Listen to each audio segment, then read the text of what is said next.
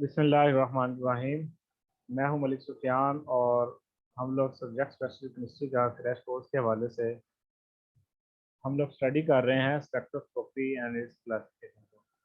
तो हमारा ये आज 10वां दिन है और 10वें दिन में हमने स्पेक्ट्रोस्कोपी स्टार्ट की हुई है। तो कल हमने आई थिंक 3 स्पेक्ट्रोस्कोपी की टाइप्स हमने डिस्कस कर ली थी, UV visible, IR and FTIR। और फोर्थ हमने स्टार्ट की थी रमान स्पेक्ट्रोस्कोपी। तो हम वहीं से इसको स्टार्ट करते हैं। बेसिक मैं आपको बता चुका हूँ और इनकी जो अ, 3 टाइप थी वो भी हमने कुछ ना कुछ डिस्कस की थी। तो उम्मीद है वो भी आपको कंसेप्ट जो है वो आपके माइंड में बैठ गए होंगे। तो नेक्स्ट जैसे ही हम इसकी वर्किंग पे और इनकी कंपैरिजन पे जाएंगे तो हमें और अच्छे से ये क्लियर हो जाए।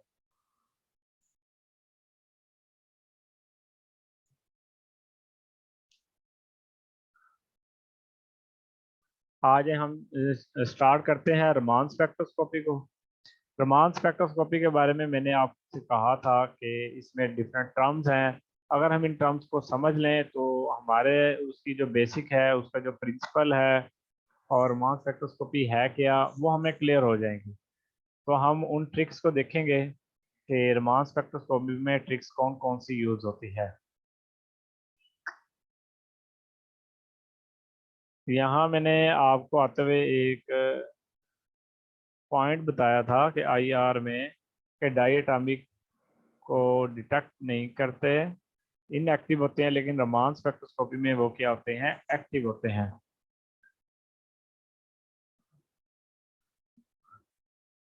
फोरियर ट्रांसफॉर्म,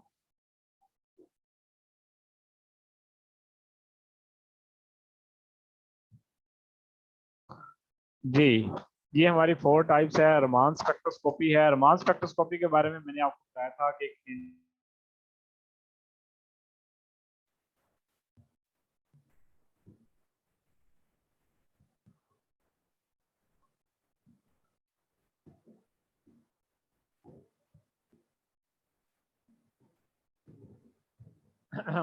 हाँ जी, आपको स्क्रीन नजर आ रही है। तो मैं बता रहा था कि ये हमारी 4 टाइप्स है जिसको हम स्टडी कर रहे हैं, रमान स्पेक्ट्रोस्कोपी। रमान स्पेक्ट्रोस्कोपी के रिलेटेड मैंने आपको कल बताया था कि ये एक साइंटिस्ट, इंडियन साइंटिस्ट था, फिजिक्स था, वो विजिबल और इंफ्रारेड रीजन स्पेक्ट्रोस्कोपी को सर्च कर रहा था, स्टडी कर रहा था। तो स्टडी करते वक्त उसने रमान स्पेक्ट्रोस्कोपी का कॉन्सेप्ट दिया। उसके ऊपर 1930 में इसको इस पे ऊपर नोबेल प्राइज भी दिया गया। रमान स्पेक्ट्रोस्कोपी को स्टडी करने से पहले हमारे जो इसके की पॉइंट्स हैं वो है इलेक्ट्रोमैग्नेटिक रेडिएशन और रेंज। के रमान में हमने कौन सी इलेक्ट्रोमैग्नेटिक रेडिएशन और रेंज को यूज करना है।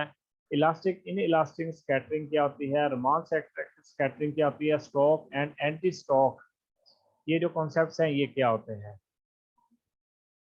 नेट मेरा बार बार हो रहा है तो इसको आप ज़रा देख लीजिएगा, अगर आपको आवाज़ वगैरह ना आए तो। नेट का इशू आ रहा है थोड़ा सा।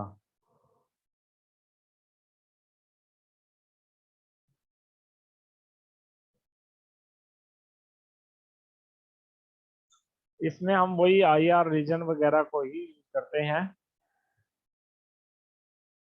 और उसकी मैंने आपको रेंज बताई थी कल, तो आप लोगों को याद होगी। तो आइए हम स्टार्ट करते हैं कि आपके पास स्कैटरिंग क्या होती है। तो इलास्टिक और इन इलास्टिक स्कैटरिंग से पहले आपको इस चीज़ का इल्म होना ज़रूरी है कि स्कैटरिंग क्या है। कोई भी रेडिएशन जब किसी मॉलिक्यूल पर या किसी मैटर पर फॉल करती है तो उनकी जो लाइट है वो वहां से टकराने के बाद बिखर जाती हैं। बिखरने का नाम स्कैटरिंग है, तो वो स्कैटर हो जाती हैं। अब इसमें हमारे पास दो चीज़ें हो सकती हैं कि frequency of incident light and frequency of scatter light. अगर फ्रीक्वेंसी ऑफ इंसिडेंट रेडिएशन या frequency of incident radiation is equal to frequency of scatter light, अगर इक्वल हो जाती है उसको हम लोग इलास्टिक स्कैटरिंग का नाम देते हैं ये रेले स्कैटरिंग। ये नोट कर लीजिएगा, यानी कि E I is equal to E S, या आप इसको कह सकते हैं फ्रीक्वेंसी का आपको फार्मूला आता होगा, फार्मूला कह रहा हूँ सिंबल, वेव नंबर जिसको हम फ्रीक्वेंसी से भी रिप्रेजेंट करते हैं, wave number of incident radiation is equal to wave number of scattering radiation. तो इसको हम लोग नाम दे सकते हैं रेले या इलास्टिक स्कैटरिंग, यानी कि frequency of incident radiation is equal to frequency of scattering radiation. अगर ये इक्वल होती हैं तो उसको हम रिले या इलास्टिक स्कैटरिंग का नाम देते हैं। If incident frequency of incident radiation is not equal to frequency of scattering radiation, that is called inelastic scattering। तो ये दो चीजें हैं। inelastic scattering is called Raman scattering। तो इसका कॉन्सेप्ट इसने दिया था कि रमान स्कैटरिंग का भी वजूद है, ये भी पाई जाती हैं, इससे भी हम एलिमेंट्स को डिटेक्ट कर सकते हैं, आइडेंटिफिकेशन करते हैं, कैरेक्टराइजेशन कर सकते हैं इनकी मदद से। अब आपको मैंने इलास्टिक और इन इलास्टिक स्कैटरिंग का बता दिया है, वो आप लोग नोट कर लें। अगर इक्वल होंगी इंसिडेंट और स्कैटरिंग रेडिएशन की फ्रीक्वेंसी इक्वल होगी तो वो इलास्टिक है, अगर इक्वल नहीं है तो वो इन इलास्टिक है। इन इलास्टिक स्कैटरिंग को हम रमान स्कैटरिंग का नाम देते हैं। अभी रमान स्कैटरिंग आगे दो तरह की है, एक को हम स्टॉक स्कैटरिंग का नाम देते हैं, एक को हम एंटी स्टॉक स्कैटरिंग का नाम देते हैं। अगर फ्रीक्वेंसी ऑफ इंसिडेंट रेडिएशन वो लार्जर है, यानी कि ज्यादा है फ्रीक्वेंसी ऑफ स्कैटरिंग रेडिएशन से, उसको हम स्टॉक स्कैटरिंग का नाम देते हैं। अगर फ्रीक्वेंसी ऑफ स्कैटर्ड रेडिएशन है वो ज्यादा है फ्रीक्वेंसी ऑफ इंसिडेंट रेडिएशन से, तो वो एंटी स्टॉक स्कैटरिंग है। ठीक है, यहाँ पर आपको ये नजर भी आ रहा होगा कि V S is less than V I, that is a Stokes scattering, and V S या wave number is larger than V या वी आई या wave number of incident radiation, anti Stokes scattering का नाम देते हैं। तो आपने ये जो टर्म्स हैं इनका क्या मतलब है ये आपको पता होना जरूरी है, तब आप रमान स्पेक्ट्रोस्कोपी का कॉन्सेप्ट और बेस और प्रिंसिपल आपको समझ आ जाएगा आसानी के साथ। मैंने ये स्लाइड में आपके सामने ये चीज दोबारा से रखी है कि इंसिडेंट लाइट है वो किसी भी सैंपल से टकरा रही है, तो उसके नतीजे में एक इलास्टिक स्कैटरिंग हो रही है, और इन इलास्टिक को हम लोग नाम देते हैं रमान स्कैटरिंग को। और रमान स्कैटरिंग आगे दो तरह से हो सकती है कि अगर आपके पास इंसिडेंट लाइट जो है अगर वो लेस देन है स्कैटरिंग लाइट से तो वो रमान स्कैटर लाइट है। ठीक है, वो भी रमान स्कैटर लाइट है, अगर अगर वो लेस देन है तो वो भी रमान स्कैटर लाइट है, लेकिन हम इसको मुख्तलिफ नाम देते हैं। एक को हम स्टॉक का नाम देते हैं, एक को एंटी स्टॉक का नाम देते हैं। अगर इक्वल है उसको हम रेले स्कैटरिंग का नाम देते हैं, इलास्टिक स्कैटरिंग का नाम देते हैं। आ जाए एक और स्लाइड में देखते हैं, मैंने एक डायग्राम से रखी है आपके सामने कुछ चीज समझाने के लिए। असल में होता क्या है कि अगर आपके पास एक लाइट है, इंसिडेंट लाइट आपने किसी सैंपल पे फॉल करवाई, तो जो मॉलिक्यूल्स हैं वो ग्राउंड स्टेट पर मौजूद हैं, लोड स्टेट पे उन्होंने वो एनर्जी एब्जॉर्ब की, एब्जॉर्ब करने के बाद वो वर्चुअल लेवल यानी कि जहां तक उनका एक्साइटेड लेवल है वहां तक वो गए, जाने के बाद वो वापस उसी मकाम पर डी एक्साइट होकर वापस आ गए, उसको हम लोग नाम देते हैं रेले स्कैटरिंग। इसमें आपके पास फ्रीक्वेंसी ऑफ इंसिडेंट और फ्रीक्वेंसी ऑफ स्कैटर्ड ये इक्वल होती है, इसको हम रेले स्कैटरिंग का नाम देते हैं। अगर ग्राउंड स्टेट से गए और जो वर्चुअल लेवल है ये एक्साइटेड स्टेट का लेवल है वहां से ग्राउंड स्टेट से भी नीचे आ गए, इसको हम लोग नाम देते हैं anti Stokes Raman scattering. It's mean कि एक्साइटेड स्टेट से जब वो डी एक्साइट हो रहा है तो स्कैटर्ड लाइट की जो फ्रीक्वेंसी है वो ज्यादा है इंसिडेंट रेडिएशन से, और इस तरह आप दूसरी तरफ जाएं, जो रमान स्कैटरिंग है इस पर, इस स्टॉक वाली पे, कि ग्राउंड स्टेट से वर्चुअल लेवल तक गए, वर्चुअल लेवल से डी एक्साइड होकर जब वो ग्राउंड स्टेट से ऊपर लेवल, जो उसके पहले वाला लेवल है, वहां तक अगर वापस आ जाते हैं तो हम स्टॉक कहते हैं। इसका मतलब ये होता है कि स्कैटर लाइट की जो फ्रिक्वेंसी है वो कम है इंसिडेंट रेडिएशन से। तो ये हमारे पास एनर्जी का कॉन्सेप्ट है, और ये ग्राउंड स्टेट और एक्साइटेड स्टेट के जो एनर्जी लेवल्स पर इनकी वापसी है, और वो कहाँ पे होती है, उस बेस के ऊपर इनकी डिमांड स्कैटरिंग होती है, और उसको हम क्या करते हैं, नोट करते हैं। यहाँ पे रमान शिफ्ट निकाली गई है, रमान शिफ्ट स्टॉक की और रमान शिफ्ट एंटी स्टॉक की। आपके सामने ये ग्राफ सा दिया गया है कि आपका ये अगर रिले स्कैटरिंग है तो ये यहाँ पर ये एंटी स्कैटरिंग का है, और ये स्टॉक की शिफ्ट है। तो इसको ये डेल्टा वी बार 1/, ठीक है, lambda naught minus 1/, lambda stock से इनको वैल्यू निकाली गई है। तो आप दोनों को कैलकुलेट कर सकते हैं, कैलकुलेशन में हम मजीद इसको देखें।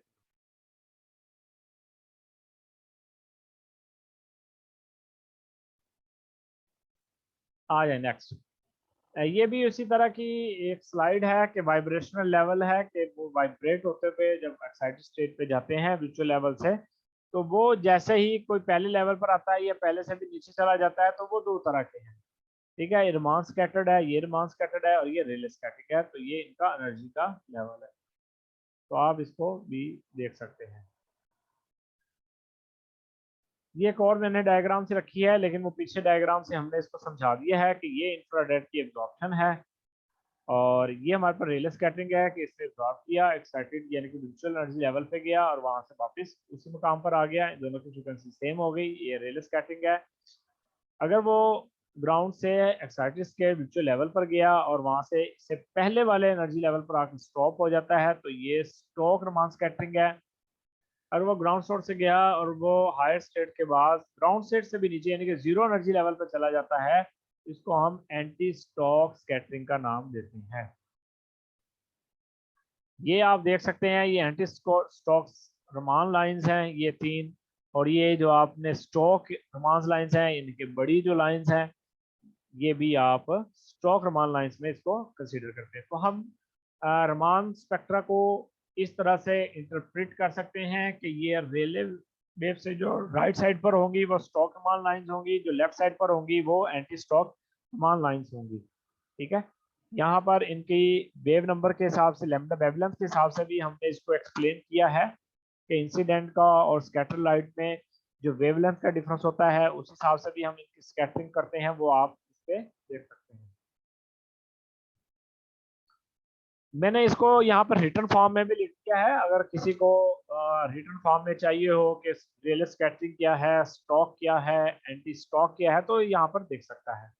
ठीक है, इसमें वही कॉन्सेप्ट है जो मैं आपको बता चुका हूँ कि अगर आपके पास फ्रीक्वेंसी ऑफ इंसिडेंट लाइट है वो अगर इक्वल है स्कैटर लाइट के, तो वो रियल स्कैटरिंग है। अगर वो, ठीक है, वो आगे लोअर और हायर का कॉन्सेप्ट है स्टॉक और एंटी स्टॉक में, तो ये वही चीज़ है, आपको आप देख सकते हैं। ये आप देख सकते हैं रमान स्पेक्ट्रोस्कोपी हमारे पास इस तरह से अवेलेबल होती है मार्केट में, और इसको लेबोरेटरीज में यूज़ किया जाता है। हम इससे क्या करते हैं, रमान स्पेक्ट्रोस्कोपी हमें डिटेल इंफॉर्मेशन प्रोवाइड करती है एडिशनल लोअर फ्रिक्वेंसी मोड्स में जो होते हैं वाइब्रेशनल, ठीक है, lower frequency modes and vibration, जो कि हम आईआर से हम इसको डिटेक्ट नहीं कर पाते, या आईआर जहाँ पर फ्लॉप हो जाता है तो वहाँ पर रमान स्पेक्ट्रोस्कोपी हमें उसके बारे में इंफॉर्मेशन प्रोवाइड करती है। तो ज़्यादातर जो हम वेवलेंथ इस्तेमाल करते हैं 405, 488, 532, 633, 785, 830, 1030 नैनोमीटर, 1060। तो यहाँ पर विजिबल से लेकर इंफ्रारेड स्पेक्ट्रोस्कोपी तक यूज की जाती है। रमान स्पेक्ट्रोस्कोपी को ये सुपीरियर समझा जाता है इंफ्रारेड स्पेक्ट्रोस्कोपी पे, क्योंकि बहुत सारे इनऑर्गेनिक जो मॉलिक्यूल्स हैं उनको डिटेक्ट करने में हेल्प आउट करती है। आगे ये इलास्टिक और इलास्टिक स्कैटरिंग के बारे में मैंने लिखा है, लेकिन कॉन्सेप्ट वही है जो मैं आपको बता चुका हूं, तो आप इसको देख सकते हैं, मैं इसको एक्सप्लेन दोबारा नहीं कर रहा। ये भी वही टर्म्स वगैरह हैं कि आपके पास इनइलास्टिक कोलिजन है, इलास्टिक है, रेजोनेंस स्पेक्ट्रोस्कोपी है, इनइलास्टिक है। ये सारी वही बातें हैं जो मैं आपको सारी डिटेल में बता चुका हूँ। तो ये रिटर्न इसलिए लिखी गई है, अगर कुछ को स्टडी करना चाहे, देखना चाहे कि हमने इसको ठीक ही बताया है या गलत तो नहीं बताया, तो वो इसको स्टडी करके हमारी मिस्टेक निकाल सकता है। ये भी वही कॉन्सेप्ट हैं, ठीक है। इनका बेसिक कॉन्सेप्ट, इनका बेसिक प्रिंसिपल मैंने आपको इसमें बता दिया है। तो मेरा नहीं ख्याल इसमें मैंने कोई चीज़ जो है ना वो इसको छोड़ दी हो। ठीक है, रोमान स्कैटरिंग कहते हैं मिलियन टाइम लेस इंटेंस होती है जन द रियल स्कैटरिंग से। तो हमें रोमान स्पेक्ट्रा हासिल होता है और ये प्रिवेंट करता है रियल स्कैटरिंग को overpowering the Raman scattering. फिलहाल ये एक पॉइंट सा लिखा गया, आप इसको नोट कर सकते हैं। इसकी एप्लीकेशन क्या है, जहाँ पर आई आर नहीं काम करती वहाँ पर रोमान स्पेक्ट्रोस्कोपी को यूज़ किया जाता है। इसके बारे में बताया गया कि ये सेलों के फार्माकोलॉजी, मेटाबॉलिज्म, डिफरेंशिएशन, ट्रांसफॉर्मेशन में यूज़ करती है, टिश्यू में, कैंसर में, एंथ्रोक्लेरोसिस, डायग्नोस्टिक, मैलिग्नेंसी, एंडोस्कोपी, इनके बायोलॉजिकल फील्ड में ज़्यादातर इसको यूज़ किया जाता है। आइडेंटिफिकेशन, पैथोजेनिसिटी, ड्रग इन्फ्लुएंस वगैरह में इसको यूज़ किया जाता है। फिफ्थ टाइप जो मौजूद है वो एटॉमिक एब्जॉर्प्शन स्पेक्ट्रोस्कोपी की है। एटॉमिक एब्जॉर्प्शन स्पेक्ट्रोस्कोपी सिंपल सी है, इसका मेन तो प्रिंसिपल है और इसकी वर्किंग है।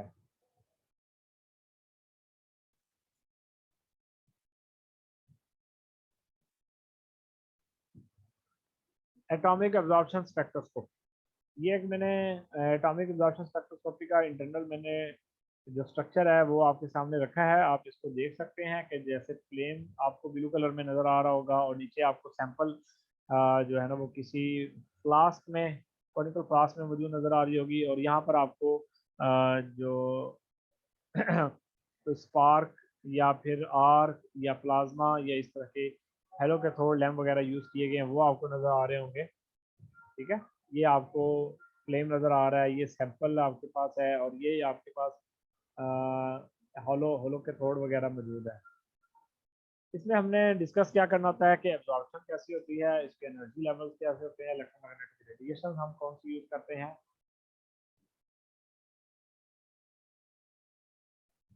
एटॉमिक एब्जॉर्प्शन स्पेक्ट्रोस्कोपी के बारे में एक बात आप लोग अपने माइंड में बिठा लें कि हम ज़्यादातर इसमें यूवी विजिबल को यूज़ करते हैं, इलेक्ट्रोमैग्नेटिक रेडिएशंस को, और उनकी रेंज आपको मालूम है।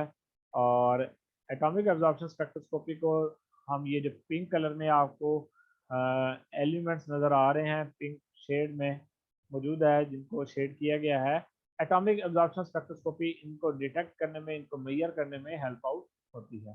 ठीक है, जितने भी आपको अल्कली, अल्कलाइन और ट्रांजिशन मेटल्स मौजूद हैं या कुछ मेटालाइट्स को भी डिटेक्ट करती है। तो इसको हम यूज़ करते हैं इस फॉर्म में। एटॉमिक एब्जॉर्प्शन स्पेक्ट्रोस्कोपी में होता क्या है कि आज आप सैंपल वगैरह को इसमें ऐड करते हैं तो वो एनर्जी एब्जॉर्ब करते हैं इलेक्ट्रॉन, और इलेक्ट्रॉन एनर्जी एब्जॉर्ब करके ग्राउंड स्टेट से क्या चले जाते हैं, हायर एनर्जी लेवल की तरफ चले जाते हैं। तो यानी कि वो जीरो लेवल से लेकर ये थर्ड लेवल पर आ गए हैं। थर्ड लेवल के बाद वो वापस डी एक्साइट होते हैं, वापस इस मुकाम पे आते हैं। तो इस दौरान वो क्या करते हैं, energy light of specific wavelength की वो लाइट इमिट करते हैं, जिसको नोट कर लिया जाता है कि 635 नैनोमीटर पे उसने एनर्जी जो है ना वो रिलीज की है डी एक्साइट होकर, यानी कि इतनी उसने एब्जॉर्ब की होगी और डी एक्साइट होते हुए उसने दोबारा इतनी एनर्जी क्या की है, डी रिलीज की है। तो वो हम नोट कर लेते हैं। वो एनर्जी फिर आगे कहाँ जाती है वो फिर मैं आपको आगे बताता हूँ। यहाँ पर भी इसी तरह है कि आपके पास एनर्जी लेवल्स हैं कि ई नॉट से ई वन पे जा सकती है, वो ई टू में, ई थ्री से ई फोर में। हर एनर्जी लेवल एक क्वांटाइज एनर्जी लेवल है, यानी कि एक लेवल से दूसरे लेवल तक जाने के लिए स्पेसिफिक एनर्जी रिक्वायर्ड होगी। किसी भी एलिमेंट में ये स्पेसिफिक होते हैं, तो वो एनर्जी स्पेसिफिक हो जाएगी। उस एनर्जी को फिर हम क्या कर सकते हैं, नोट कर सकते हैं कि जब वो एक्साइट होगी, एक्साइट होने के बाद जब हम उसको अपनी नॉर्मल कंडीशन में लाएंगे तो वो क्या होंगे, डी एक्साइट होकर दोबारा अपनी ग्राउंड स्टेट पर चले जाते हैं। और एक्साइटेड स्टेट से ग्राउंड स्टेट की तरफ जाते हुए वो एनर्जी रिलीज करते हैं, लाइट इमिट होती है, और वो स्पेसिफिक क्वांटाइज एनर्जी होती है, उसको हम नोट डाउन कर लेते हैं। वो क्वांटाइज एनर्जी कहाँ जाती है, वो आपके सैंपल पे जाती है, और जो आपके सैंपल में अगर उसी स्पेसिफिक एनर्जी को एब्जॉर्ब करने वाले एलिमेंट मौजूद होते हैं तो वो उसको एब्जॉर्ब करके वही क्या करता है, उसी तरह का कलर वगैरह देते हैं। आ जाए जी, ये एक स्कीमेटिक डायग्राम है, फुलो कैथोड लैंप है। यहाँ पे याद रखिएगा कि होलो कैथोड लैंप में हम जो भी एलिमेंट यूज करते हैं, ज्यादातर हम वो एलिमेंट यूज करते हैं जो सैंपल में आप डिटेक्ट करना चाहते हैं। मतलब हम चाहते हैं कि इसमें सोडियम है सैंपल में या नहीं है, तो हम होलो कैथोड लैंप में सोडियम के ही यूज करेंगे। तो सोडियम को जब हम यूज करते हैं तो वो क्या करता है, इसमें एक्साइटेड होंगे, एनर्जी इसको दी जाएगी, एटोमाइजेशन होती है यहाँ पर, और गैस की फॉर्म में होती है। जब वो एनर्जी रिलीज होती है, यहाँ पर फ्लेम मौजूद होता है। फ्लेम में क्या आता है, वो कलर आपके पास आता है। ठीक है, वो कलर अगर आपके पास आपने सोडियम यूज किया है तो येलो कलर देगा, और जो वो लाइट इमिट होती है वो लाइट इमिट होकर वो न्यूबलाइजर के जरिए सैंपल में मौजूद जो कोई एलिमेंट अगर सोडियम मौजूद है वो उसको एब्जॉर्ब करेगा, और आपके पास ये जो येलो कलर है वो इसकी इंटेंसिटी क्या हो जाएगी, और बढ़ जाएगी। ठीक है, और यहाँ से लाइट फिर मोनोक्रोमेटो में जाएगी, वो जो स्पेसिफिक किस्म की एनर्जी रिलीज हो रही है, और डिटेक्टर पे हम वो नोट डाउन कर लेते हैं। ठीक है, अभी मैं वर्किंग नहीं समझा रहा, मैं आपको जस्ट प्रिंसिपल समझा रहा हूँ। प्रिंसिपल मैंने आपको समझा दिया है कि स्पेसिफिक एनर्जी लेवल्स मौजूद होते हैं। ग्राउंड स्टेट से एक्साइटेड स्टेट की तरफ जाते हैं, एक्साइटेड स्टेट से जब ग्राउंड स्टेट की तरफ डी एक्साइट होते हैं तो स्पेसिफिक फॉर्म में लाइट इमिट करते हैं। उन लाइट को हम क्या करते हैं, डिटेक्ट करते हैं, नोट डाउन करते हैं। वो स्पेसिफिक एनर्जी अगर सैंपल में मौजूद वही एलिमेंट मौजूद है तो वो भी एनर्जी वही एब्जॉर्ब करेगा, और वही क्या करेगा, प्रोसीजर प्रोवाइड करता है। तो इस तरह से हम उसको स्टैंडर्डाइज करके हम चेकआउट कर लेते हैं कि ये कंपैरिजन कर लेते हैं कि यही एलिमेंट आपके पास सैंपल में भी पाया जाता है या नहीं। एटॉमिक एब्जॉर्प्शन स्पेक्ट्रोस्कोपी को मैं बता चुका हूँ, हम इसको ज़्यादातर मेटल्स और आयंस उनके फाइंड आउट करने के लिए यूज़ करते हैं। तो इनको ज़्यादातर माइनिंग्स में to to mining the pharmaceuticals, environmental control, agriculture, different form में हम इसको यूज़ करते हैं। माइनिंग से लेकर हम एग्रीकल्चर तक इसको यूज़ किया जाता है कि आपके पास हम चेक करते हैं कि आपके पास जो फील्ड वगैरह है, मिट्टी है, उस मिट्टी में कौन कौन से आइंस पाए जाते हैं जो आपकी फसल के लिए अच्छे हैं, तो उनकी डिटेक्शन भी हम एटॉमिक एब्जॉर्प्शन स्पेक्ट्रोस्कोपी की मदद से करते हैं। ये स्पेक्ट्रोस्कोपी का आपके सामने स्पेक्ट्रा है, इसमें आप देख सकते हैं कि पीक्स में हमने मेटल्स शो किए हुए हैं कि एसएन है, Fe है, कैडमियम है। याद रखिएगा ये स्पेसिफिक की वेवलेंथ पर ये पीक्स देते हैं, तो वो स्टैंडर्ड होती हैं, वो आपको मालूम होती है, आप उसके साथ कंपेयर कर सकते हैं अपने सैंपल के स्पेक्ट्रा को, तो आप उस तरह से वेरीफाई कर सकते हैं। इसको हम यूज करते हैं सर्टेन एलिमेंट्स को फाइंड आउट करने के लिए। ठीक है, ये इसका प्रिंसिपल सा लिखा हुआ है कि when the specific wavelength of light is provided, the energy light is absorbed by the atom, electrons in the atom move from the ground state to excited state, the amount of light absorbed होती है is measured होती है, उसको measure कर लेते हैं, the concentration of element of the sample can be calculated कर लेते हैं। In atomic absorption spectroscopy में क्या होता है, wavelength of absorbed light is determined by the type of atom which element it is and the energy level of the electrons are moving to. How much light is absorbed is determined by the concentration of element in the sample। तो हम ये क्या करते हैं, find out कर लेते हैं। ये जो हमारे पास होती है flame emission, flame atomic absorption spectroscopy है, क्योंकि फ्लेम इसमें यूज करते हैं इसलिए हम फ्लेम का नाम भी दे देते हैं। तो ये स्पाइरेटेड, एरोसोलाइज्ड और मिक्स करते हैं कंबस्टिबल गैसेज वगैरह को, एसिटाइलिन, एयर, एसिटाइलिन और नाइट्रोजन गैसेज होती है। तो मिक्सचर जो होता है वो इग्निटेड होता है in a flame where the temperature range from the 2100 से 2800। ये उसकी वर्किंग की कुछ रिक्वायरमेंट्स हैं, कुछ कंडीशंस हैं, इसको हम वर्किंग में देखेंगे कि वर्किंग में बताएंगे कि स्टेप बाय स्टेप असल में होता क्या है। फिलहाल हम जो है वो इसमें देख रहे थे कि प्रिंसिपल क्या है एटॉमिक एब्जॉर्प्शन स्पेक्ट्रोस्कोपी का और इसमें होता क्या है। तो तो आपके सामने मैंने ये चीज़ें रखी हैं। To provide the element of specific wavelength a light beam from the lamp whose cathode is made of the element being determined is passed through the flame। उन्होंने कहा जिस टाइप का आपने एलिमेंट को डिटेक्ट करना है उसी तरह का हम एलो कैथोड में एलिमेंट को यूज करते हैं। ठीक है, तो ये आपके पास मौजूद होता है एटॉमिक एब्जॉर्प्शन स्पेक्ट्रोस्कोपी। ये उसका प्रिंसिपल है और ये उसमें जो टर्म्स यूज करते हैं हम, तो ये उसके बारे में कुछ आइडियाज हैं, तो इसको आप देख सकते हैं। ठीक है, एप्लीकेशन में आपको बता चुका हूँ। नेक्स्ट है एटॉमिक एमिशन स्पेक्ट्रोस्कोपी, 6 टाइप है। इसमें याद रखिएगा एटॉमिक एमिशन स्पेक्ट्रोस्कोपी में हम कोई भी रेडिएशन सोर्स यूज नहीं करते। इसमें जस्ट हमने हीटिंग जो सोर्स है वो यूज करना होता है, जैसे प्लाज्मा है, आर्क है, स्पार्क है, फ्लेम्स हम यूज करते हैं। प्लाज्मा में हम ज़्यादातर इंडक्टिव कपलिंग प्लाज्मा या डीसीपी इस तरह के हम यूज़ करते हैं। इसमें भी आपके पास एक्साइटेशन और रिलैक्सेशन का कॉन्सेप्ट आपको पता होना चाहिए। कंटिन्यूस और लाइन स्पेक्ट्रम क्या होता है वो आपको पता होना चाहिए। कंटिन्यूस और लाइन स्पेक्ट्रम के बारे में आपने फर्स्ट ईयर की बुक्स में केमिस्ट्री में पढ़ा होगा, आप उसको वहाँ पर भी देख सकते हैं। मजीद हम यहाँ पर भी डिस्कस कर लेंगे।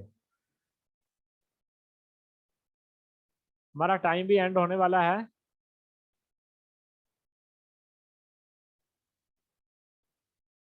ठीक है, मैंने आपको इसमें बताया है कि एटॉमिक एब्जॉर्प्शन स्पेक्ट्रोस्कोपी में जो फर्क है वो सिर्फ इतना सा ही है कि जब कोई वो लाइट एमिट करता है, यानी कि हमें एक्साइटेड स्टेट में सैंपल चाहिए होता है, हम उस सैंपल को हीट करके हम उसको एक्साइट करते हैं। जब वो एक्साइट हो जाता है वहां से हमारी वर्किंग स्टार्ट हो जाती है एटॉमिक एमिशन स्पेक्ट्रोस्कोपी की। फिर नोट कर लें बात को कि हमें एक्साइटेड फॉर्म में सैंपल चाहिए, तो हम सैंपल प्रिपेयर करते हैं। हम उसको डिसॉल्वेटेड लिखा गया है, ठीक है, वेपराइज है, एटोमाइज है, कि हम उसको डिसॉल्वेटेड करेंगे, हम उसको वेपराइज की फॉर्म में लेके जाएंगे, एटम्स की फॉर्म में लेके जाएंगे। इसकी मदद से फ्लेम, डिस्चार्ज और प्लाज्मा।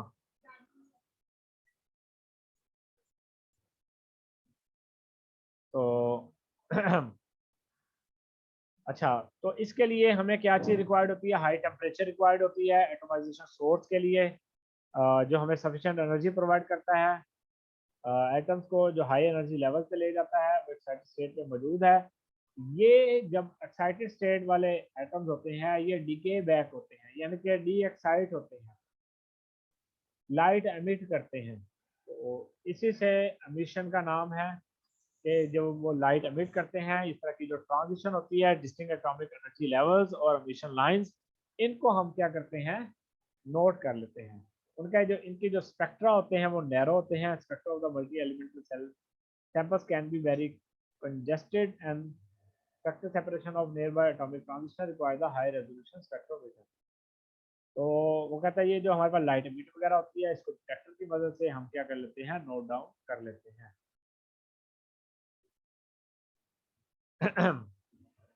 इसमें यही बताया गया कि हम इंटेंसिटी ऑफ लाइट इंडिकेट करते हैं फ्रॉम अ फ्लेम, प्लाज्मा और spark at the particle wavelength to determine the quantity of an element in the sample, कि कितनी वो लाइट एमिट कर रहा है।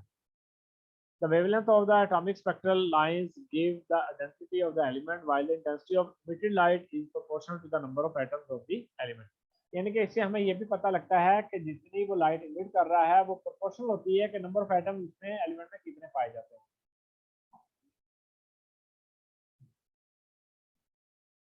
ये दूसरा चार्ज लगाओ, इसके अंदर मौजूद है, बैग में मौजूद है। An analyte in a excited state possess an energy E2 that is a greater than its energy when it is lower energy. ठीक है, ये वही है मैथमेटिकल फॉर्म में बताया गया कि आपका E1 से E2 में जाएगा, E2 से दोबारा एक्साइट होकर जाएगा। जो वो रिलैक्सेशन होगी उसमें जो एनर्जी होगी इसको हम क्या करते हैं, डिटेक्ट करते हैं, और वो हमारे पास मुख्तलिफ किस्म की फॉर्म में मौजूद होता है कि अगर सिंगलेट ग्राउंड स्टेट है तो सिंगलेट में आ जाएगा, अगर डबल में है तो डबल में आ जाएगा, अगर ट्रिपलेट में है तो ट्रिपलेट एक्साइटेड स्टेट में हमारे पास हासिल हो जाएगा।